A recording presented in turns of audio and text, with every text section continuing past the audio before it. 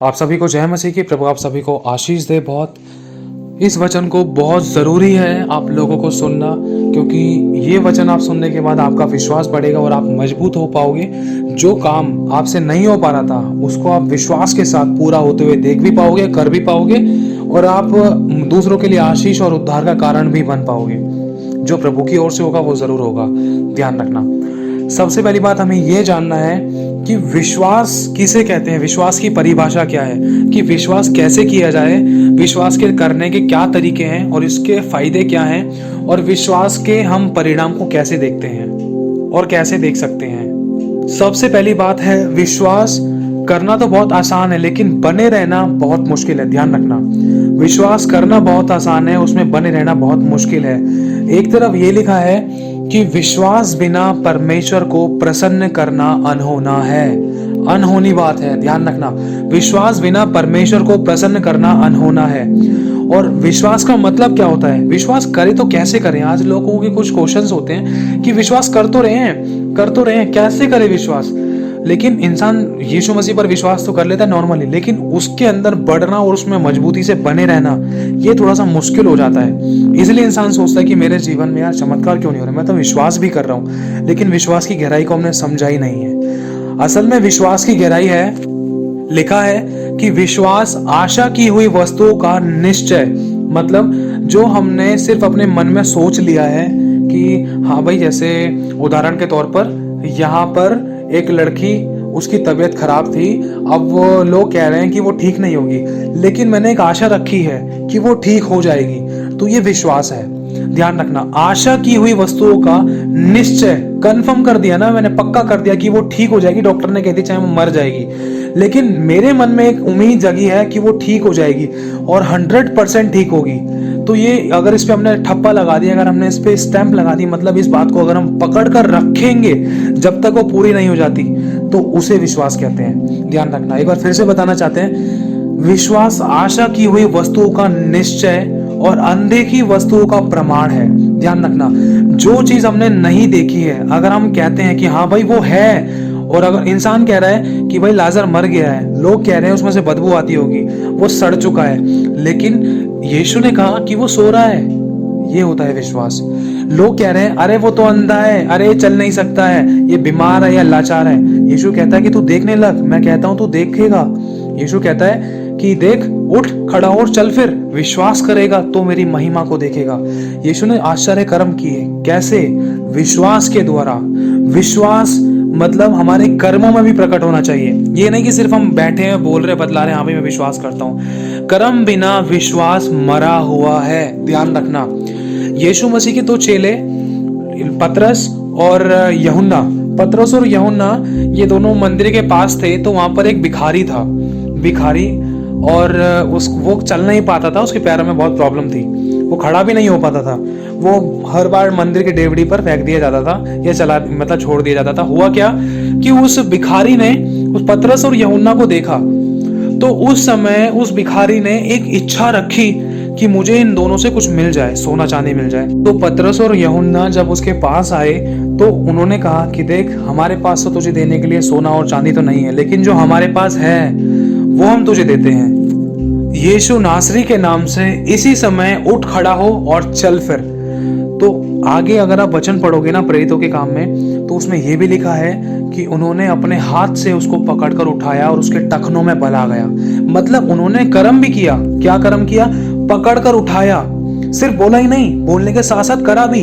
यीशु मसीह ने एक चमत्कार ऐसा भी किया है जिसमें यीशु ने एक अंधे की आंखों को खोलने के लिए भूमि की मिट्टी पर थूका, उसको मलकर उसकी आंखों पे लगा दी। ये कर्म किया। ध्यान से सुनना। इसके बाद दूसरा काम, परमेश्वर ने अपने हिस्से का काम करने के लिए तैयार है और वो करता भी है, लेकिन दूसरा काम जो आपको और मुझे, हम लोगों को करना है, वो क्या है? वो स्टेप परमेश्वर ने आगे दिए हैं, कर्म करना है। आज इंसान कर्म नहीं करता है, लेकिन हम बोलता है भाई मैं विश्वास करता हूँ, लेकिन ये काम क्यों नहीं हो रहा है? कर्म बिना विश्वास मरा हुआ है। जब यीशु मसीह ने उसकी आंखों पर मिट्टी लगाई तो उससे कहा, जा शीलो के कुंड में धो ले। जाने का और धोने का काम उस अंधे व्यक्ति का था।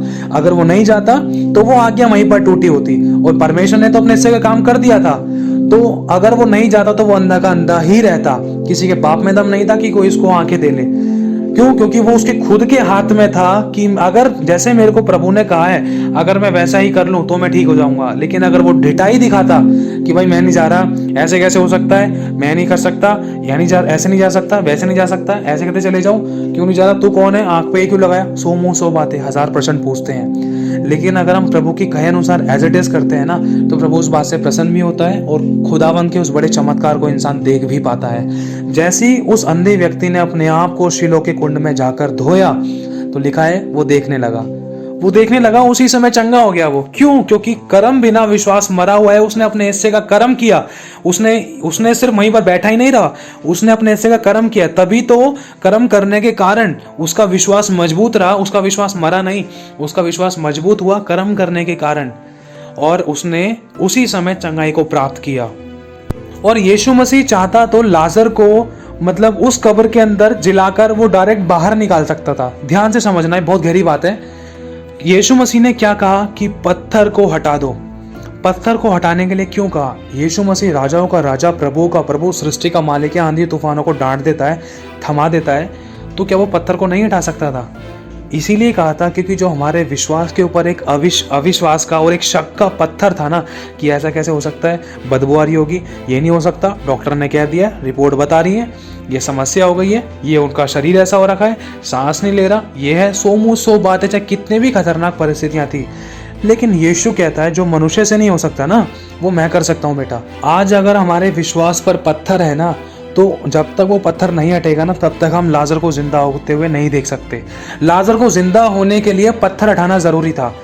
देखो, ये पत्थर हटाना मनुष्य के लिए जरूरी था, लेकिन परमेश्वर के लिए जरूरी नहीं था।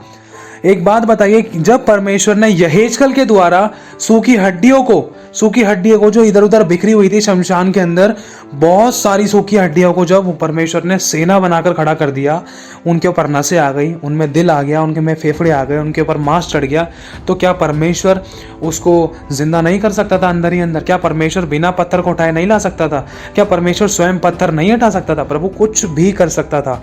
लेकिन उन बातों का भी एक एक मतलब है। हर एक वचन, हर एक मात्रा, हर एक बिंदु का बहुत गहरा मतलब है। यीशु के टाइम पर क्या हुआ था? जब यीशु को गाड़ दिया गया था, वहां पर सिपाही खड़े हुए थे यीशु की कब्र के बाहर, कहा जाता है। और दूसरा, क्या यीशु को पत्थर हटाने की जरूरत थी? अब इस बात को खुद आप सोच सकते हो कि कुछ ऐसी बातें दी गई हैं जिसके द्वारा इंसान परमेश्वर के गहरे रहस्यों को समझे और उनको अपने जीवन में उतारे, ताकि परमेश्वर की महिमा प्रकट हो लोगों के बीच में। अगर यीशु चाहता तो उस पत्थर को खुद अपनी आवाज से या अपनी आत्मा के सामर्थ्य से उसको खुद हटा सकता था, या उसको चूर चूर कर सकता था, या उसको गिरा सकता था। लेकिन यीशु मसीह ने उस पत्थर को हटाने के मतलब बहुत सारे हैं। एक तो शारीरिक रूप में भी है, एक तो आत्मिक रूप में भी है। क्योंकि जब यीशु के आसपास बहुत सारे लोग थे ना, हमारी तरह कह रहे थे वो कि अरे ऐसा कैसा हो सकता है, डॉक्टर ने तो बोल दिया है, ये समस्या, ये बीमारी, ये परेशानी है, इसका तो ऑपरेशन ही होगा, भाई ये तो बंदा मर गया है, 100 मुंह 100 बातें।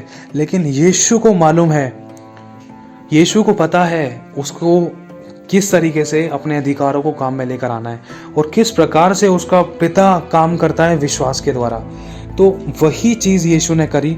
यीशु ने कहा लाजर बाहर आ। लाजर से ये नहीं कहा कि जिंदा हो जा, लाजर तेरे अंदर सांसें आ जाए, लाजर तेरा शरीर फिर से भला चंगा हो जाए, नहीं, यीशु ने सिर्फ ये बोला लाजर बाहर आ।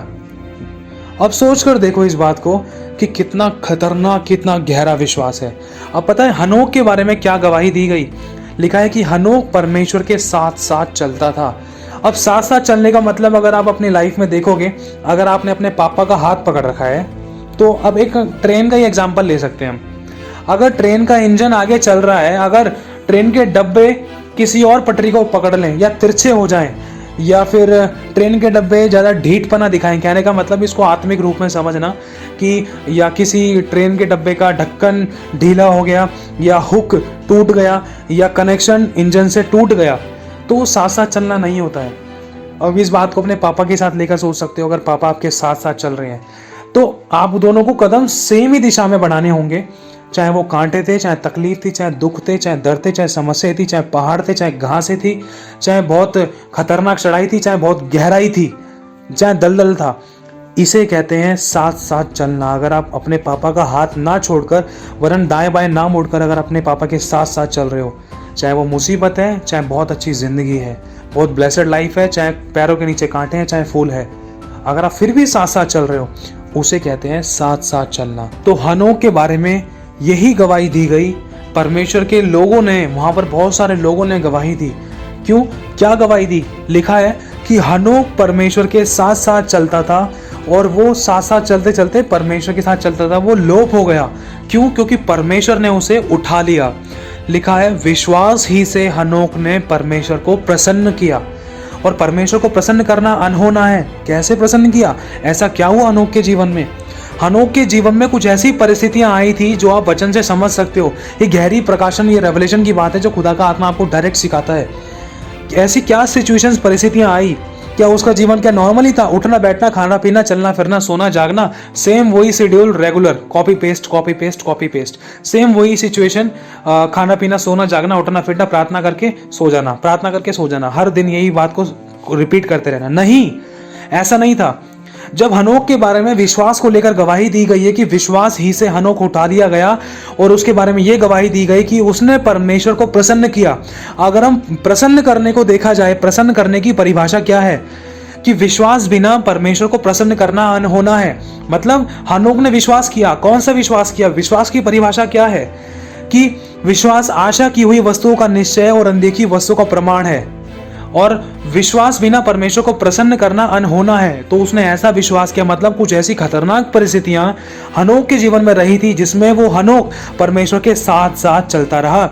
ये नहीं कि प्रभु तू मुझे वहां क्यों लेके जा रहा है, प्रभु ये इस जगह से चलना, वहां से चलना। कई कई बार हम बहुत बार परमेश्वर को एडवाइस देने लग जाते हैं। हम उसके बाप बनने की कोशिश करते हैं कि प्रभु ये काम ऐसे कर देना, ये काम ऐसे हो जाए, ये लड़की ऐसे मैसेज कर दे, ये लड़का ऐसे मैसेज कर दे, वो प्रॉपर्टी मेरे नाम हो जाए, ये काम ऐसे हो जाए, ये काम वैसे हो जाए। प्रभु ये डॉक्टर से बोल देना, अगर प्रभु ऑपरेशन अच्छे से हो जाएगा तो सही रहेगा, प्रभु उसको ठीक कर देना।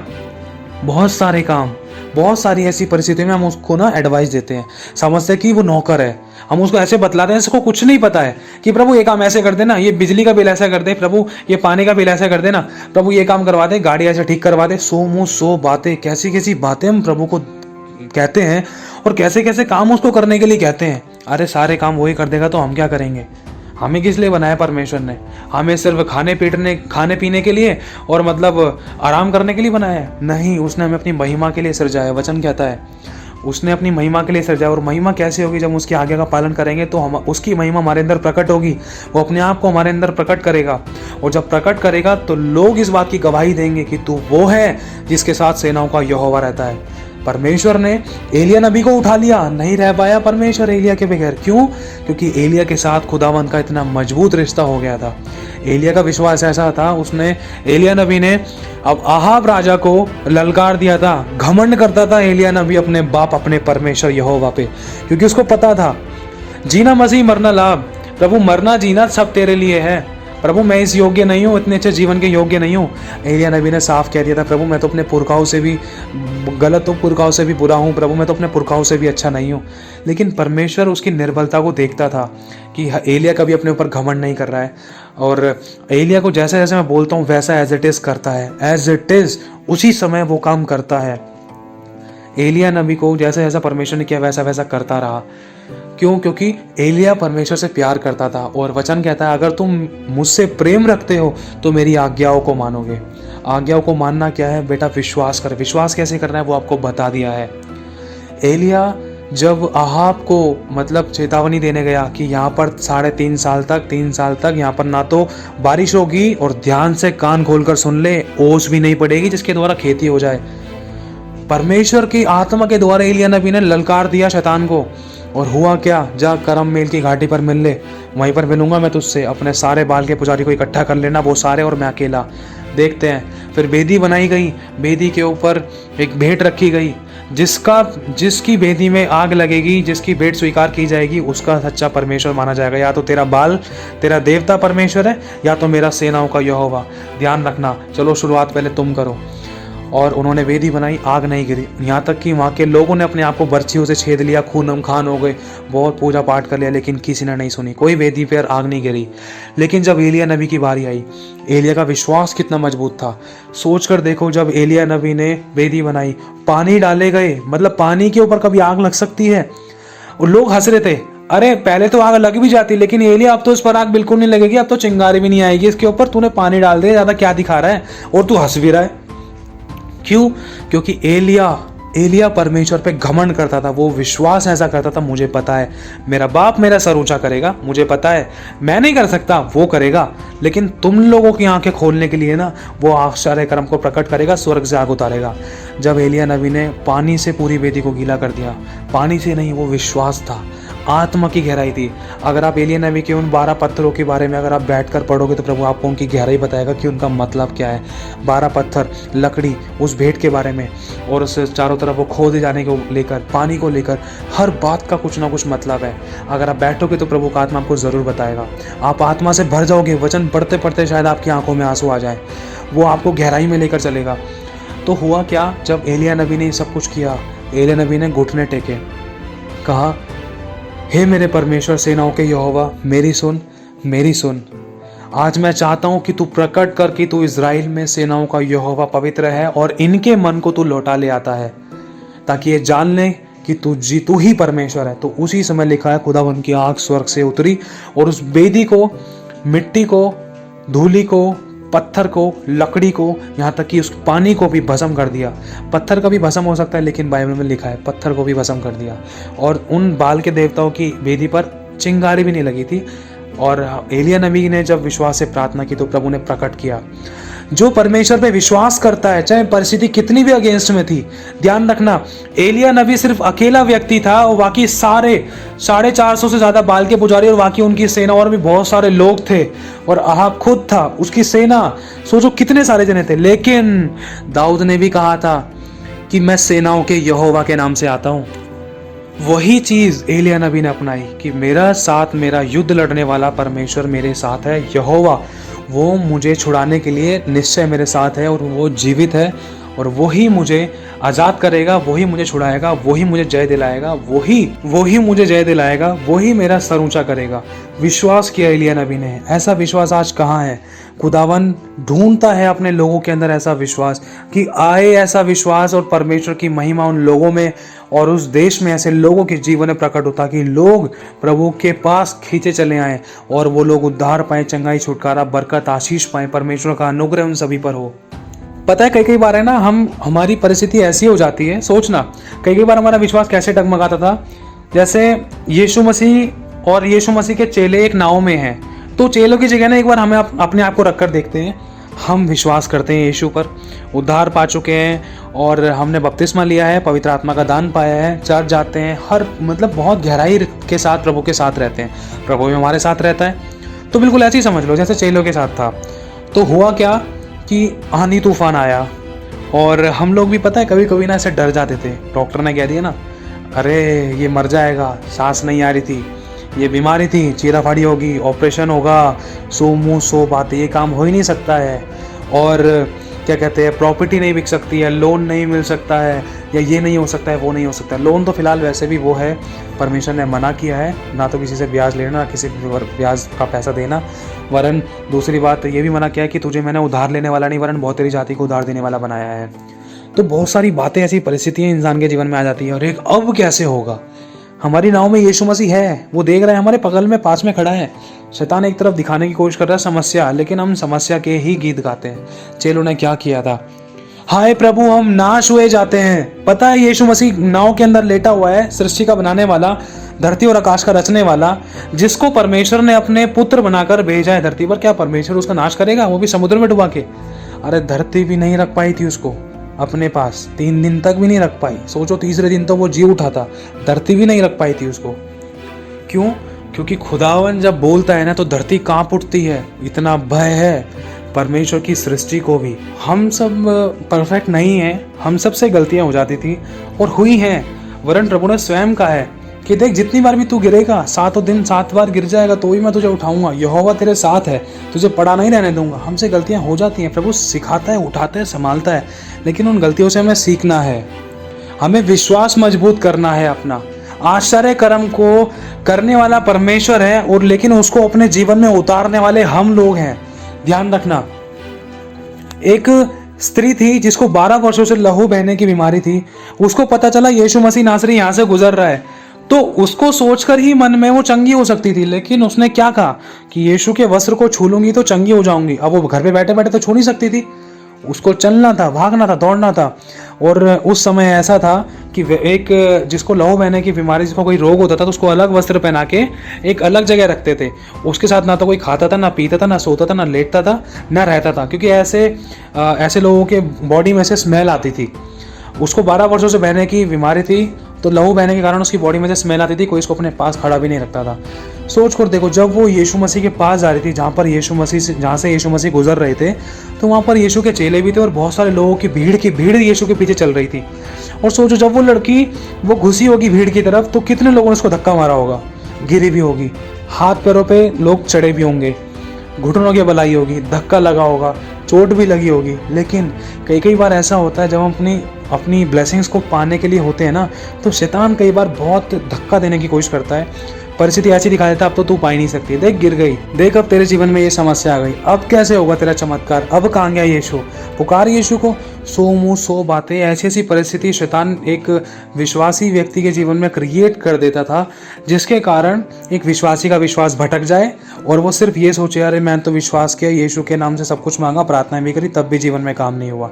काम इसीलिए नहीं हुआ क्योंकि हमने कर्म नहीं किया था। लेकिन उसको किसी ना किसी तरीके से शैतान ने उसको ऐसा भरमाने की कोशिश करी, क्योंकि लोग एक दूसरे को आपस में छू नहीं मतलब उस समय वो लोग उस स्त्री को नहीं छू सकते थे, क्योंकि वो अपवित्र थी। अगर आप पुराना नियम पढ़ोगे, तो जिसके लहू बहता था, या मासिक धर्म चलता था, या वटेवर जो भी पीरियड्स कहते हैं, तो इस सिचुएशंस में लड़की कुछ पल के लिए अपने आप को इन पवित्र वस्तुओं से, पवित्र चीज़ों से दूर रखती थी, और कोई दूसरा व्यक्ति भी इन चीज़ों को छूने से भी कतराता था, है ना। तो इन चीज़ों का ध्यान रखना। तो उस समय क्या हुआ कि उसको पहली बात तो कोई छू ही नहीं रहा होगा, क्योंकि उसका कपड़ों में से स्मेल आती है। दूसरी बात, उसको लहू बहने की बीमारी थी और डिस्टेंस बनाया होगा, तो वो कैसे ना कैसे करके वो गिरती पड़ती, लपकती, उछलती कूदती, कैसे ना कैसे करके घुसाकर भीड़ में ज़बरदस्ती, चाहे किसी ने धक्का दिया, चाहे लात मारी, चाहे किसी ने दूर छोड़ दिया, वटेवर, सो मैनी थिंग्स, बहुत सारी बातें होती हैं। अब आप इन बातों को समझ सकते हो। एक बहुत बड़ा सेलिब्रिटी आ गया, अमिताभ बच्चन आ गया, और उसके साथ बहुत सारे बॉडीगार्ड हैं। अगर आप उसके पास जाओगे, कैसे ना कैसे कोशिश करोगे ना, तो बॉडीगार्ड आपको घुसने नहीं देंगे। अब सोच सकते हो कैसी परिस्थिति हो जाती है। शायद क्या पता बॉडीगार्ड से पिटाई भी पड़ जाए अगर बंदा ज़्यादा करे तो सोच कर देखो, उदाहरण के तौर पर। और वो तो स्त्री थी, उसको तो बीमारी भी थी, वो खुद ही 12 वर्ष से परेशान थी, बॉडी में वीकनेस और समस्या, टेंशन, चिंता, परेशानी। उसने अपना सारा धन लगा दिया था, फिर भी नहीं ठीक हो पाई थी 12 वर्ष से। क्यों? क्योंकि उसका विश्वास उन चीज़ों पर था, और चंगा करने वाला तो यीशु है। लेकिन जब उसने यीशु को छू लिया, क्यों? क्योंकि उसने कहा था कि मैं यीशु के वस्त्र ही को छू लूंगी तो मैं चंगी हो जाऊंगी। और जब उसने यीशु को छुआ, तो यीशु को बहुत तेज झटका लगा, और उसी से मैं वहीं रुक गया। यीशु ने एक बात बोली, अरे किसी ने मुझे छुआ है, रुको रुको रुको, किसी ने मुझे छुआ है। तो चेले बोल रहे हैं, प्रभु कैसी बात कर रहा है, देख तेरे ऊपर तो पूरी भीड़ की गिरी जा रही है, तुझे कभी कोई छू रहा है, कभी कोई छू रहा है। अरे मेरे भाई, किसी ने मुझे विश्वास से छुआ है, क्योंकि मुझ में से सामर्थ्य निकली है। पता है, विश्वास करने के द्वारा और कर्म करने के द्वारा, विश्वास के साथ कर्म, क्योंकि लिखा है कर्म बिना विश्वास मरा हुआ है। हम विश्वास तो करते, लेकिन कर्म में हम ढीले पड़ जाते थे। उसने कैसे ना कैसे करके अपने चमत्कार को यीशु में से खींच लिया। सोचो, उसने अपने चमत्कार को यीशु में से खींच लिया, वो सामर्थ, चंगाई की सामर्थ यीशु में से निकल गई। और इस बात को गहराई से सोचने की कोशिश करो, जानो कि वो परिस्थिति कैसी थी। यीशु मसीह खुद चौंक गया कि किसी ने मुझे विश्वास से छुआ है। खुदावंद ने उसकी गवाही दी कि इस स्त्री ने विश्वास किया है और इसने मुझे छुआ है और मुझ में से सामर्थ निकली है। और वो उसी समय वो चंगी हो गई, वो लड़की चंगी हो गई। क्यों? क्योंकि उसने कर्म किया और विश्वास मजबूत किया। समस्याएं आई, अगर आपके जीवन में कोई आज अगर ऐसी समस्या है, चाहे आप कर नहीं पा रहे हो प्रभु के लिए कुछ, चाहे आप चंगाई नहीं पा रहे थे, चाहे आपको नौकरी, बिजनेस, रोटी, कपड़ा, मकान नहीं मिल पा रहा था, चाहे आपको आशीष नहीं मिल पा रही थी, चाहे आपके परिवार में किसी को दुष्ट आत्माओं से छुटकारा नहीं मिल पा रहा था, किसी को व्यभिचार की स्पिरिट ने अटैक कर रखा था, या किसी घर में कोई लड़ाई दंगा या कोई ड्रिंक करता था, या कोई भी ऐसी बातें थी, तो ध्यान रखना, आपके विश्वास को डगमगाने के लिए शैतान बहुत सारी चालें चलने पर था करके बोलूँगा, समझना। वो आपका विश्वास डगमगाने पर था, चाहे उसी व्यक्ति के द्वारा आपके साथ गलत बर्ताव कराने को लेकर, या मारपीट, या दुख, या गुस्सा। कहने का मतलब, अगर एक स्त्री अपने पति के लिए प्रार्थना कर रही है, उस पति के लिए जो शराबी है, जो व्यभिचार करता है, तो शैतान उसी के द्वारा ज्यादा काम करने की कोशिश में है कि ये लड़की मेरे लिए ये लड़की इसके पति के लिए प्रार्थना ना करे। अगर प्रार्थना करेगी तो इस आदमी का छुटकारा हो जाएगा, फिर मैं इसके अंदर बुरी आदतों को कैसे डालूंगा। शैतान इन चीजों के लिए बहुत फोर्स करता है, पाप करने के लिए और कराने के लिए, परमेश्वर की आज्ञा को तुड़वाने के लिए। शैतान लोगों के विश्वास को डगमगाने के लिए और उनके अभिषेक को खराब करने के लिए शैतान पूरा अपना जोर लगाता है। तो इसमें आपको मजबूत रहना है, क्योंकि जोर उन लोगों ने भी लगाया था जब वो जा रही थी यीशु को छूने के लिए, ध्यान रखना, लेकिन उसने अपनी चंगाई को पा लिया। कब? उसने कर्म करती रही, जब तक उसको चंगाई नहीं मिली, जब तक वो करती रही, ध्यान रखना। तो प्रभु आपको अपनी सामर्थ से, ताकत से, अभिषेक से, अपने अभिषेक से उन बंधनों को तोड़ेगा। उन बंधनों को तोड़ने पर है, वरन समझ लो वो अभिषेक आपके द्वार ही पर है, लेकिन आपको द्वार तक स्टेप बढ़ाना है और उस अभिषेक को लेकर आना है। स्टेप बढ़ाने के लिए, उस अभिषेक को पाने के लिए बीच में कुछ ऐसी खाइयां, कुछ ऐसे गड्ढे, कुछ ऐसे कांटे, कुछ ऐसे फूल भी हो सकते थे, क्योंकि लिखा है कि हनोक परमेश्वर के साथ साथ चलता था और वो लोभ हो गया क्योंकि परमेश्वर ने उसे उठा लिया और उसकी ये गवाही दी गई कि उसने परमेश्वर को प्रसन्न किया। और विश्वास बिना परमेश्वर को प्रसन्न करना अनहोना है, और विश्वास ही से हनोक उठा लिया गया। और विश्वास आशा की हुई वस्तु का निश्चय और अनदेखी वस्तुओं का प्रमाण है। तो आप परमेश्वर के साथ साथ चलोगे तो समझ लेना वो आपको ना तो कभी छोड़ेगा, ना कभी त्यागेगा, ना मरने देगा। और अगर परीक्षा भी थी तो परीक्षा में से निकास भी कराएगा और आपको जय भी दिलाएगा। और आपको वो अभिषेक जैसी आप पाओगे, जैसी उस अभिषेक को छू लोगे, तो लिखा है उस अभिषेक के कारण सारे बंधन टूट जाते हैं। जो बोझ तूने अपने कंधे पर लिया है वो उतार दिया जाता है। प्रभु आप सभी को आशीष दे। विश्वास करेगा तो मेरी महिमा को देखेगा। मैं फिर से कहता हूँ, विश्वास करेगी तो मेरी महिमा को देखेगी। विश्वास का कदम बढ़ा और आज्ञा के अनुसार चल। जो कर रहा है उसको वचन से परख, क्या वो सही है या नहीं। अगर सही है तो विश्वास मजबूत कर और मेरे साथ बना रहे, मेरे साथ साथ चल। देख मैं अपनी महिमा तुझ में प्रकट करूंगा और अपने धर्मी में दाहिने हाथ से मैं तुझे संभाले लाऊंगा। और ये बात हमेशा याद रखना कि जहां पर विश्वास है वहां पर डर नहीं होता। वचन में साफ लिखा है, मत डर, केवल विश्वास कर तो तू मेरी महिमा को देखेगा। ये तो शब्द का मतलब आप समझ सकते हो। जहां पर डर है तो वहां पर विश्वास नहीं है, जहां पर विश्वास है वहां पर डर नहीं है। और शक भी मत करना, क्योंकि लिखा है शक मत कर, केवल विश्वास कर, क्योंकि लिखा है कि यदि तू विश्वास करेगी तो परमेश्वर की महिमा को देखेगी। चाहे डॉक्यूमेंट्स, चाहे पेपर्स, चाहे फैमिली, चाहे परिवार, चाहे कोर्ट केसेस, चाहे तलाक, डिवोर्स पेपर्स, कुछ भी बता रहे हैं, लेकिन विश्वास करेगी तो मेरी महिमा को देखेगी। याद कर परमेश्वर की सामर्थ को, जिसने समुद्र को 2 भाग किया, जिसने चट्टान में से पानी निकाला, जिसने स्वर्ग से बटेरें बरसाई, स्वर्ग से मन्ना बरसाया। याद कर उस सच्चे परमेश्वर को जो बहुत सामर्थी और सर्वशक्तिमान है। जब वो बोलता है तो बादल गरजते हैं, पहाड़ चट्टानें तड़क जाती हैं, धरती कांप उठती है। और जो स्वर्ग से आग को उतार सकता है, उस परमेश्वर की सामर्थ को याद कर। जो पानी पर चल सकता है, जो आंधी और तूफानों को डांट सकता है, उस सामर्थ्य परमेश्वर को याद कर। जिसके बोलने से धरती और आकाश कांप जाते हैं, कब्रें हिल जाती हैं, कब्रें खुल जाती हैं। वो कुछ भी कर सकता है और वो ही तेरे साथ है। कि वो पहले करता था तो आज भी करने की सामर्थ्य रखता है। जब उसने पहले तुझे बचाया, पहले तुझे आशीष दी, शांति दी, भला चंगा रखा, अब तक तुझे संभाला, तो क्या वो आगे नहीं संभालेगा। याद कर, विश्वास करेगी तो परमेश्वर की महिमा को देखेगी। शक मत कर, केवल विश्वास कर। प्रभु आप सभी को आशीष दे। आप सभी को जय मसीह की।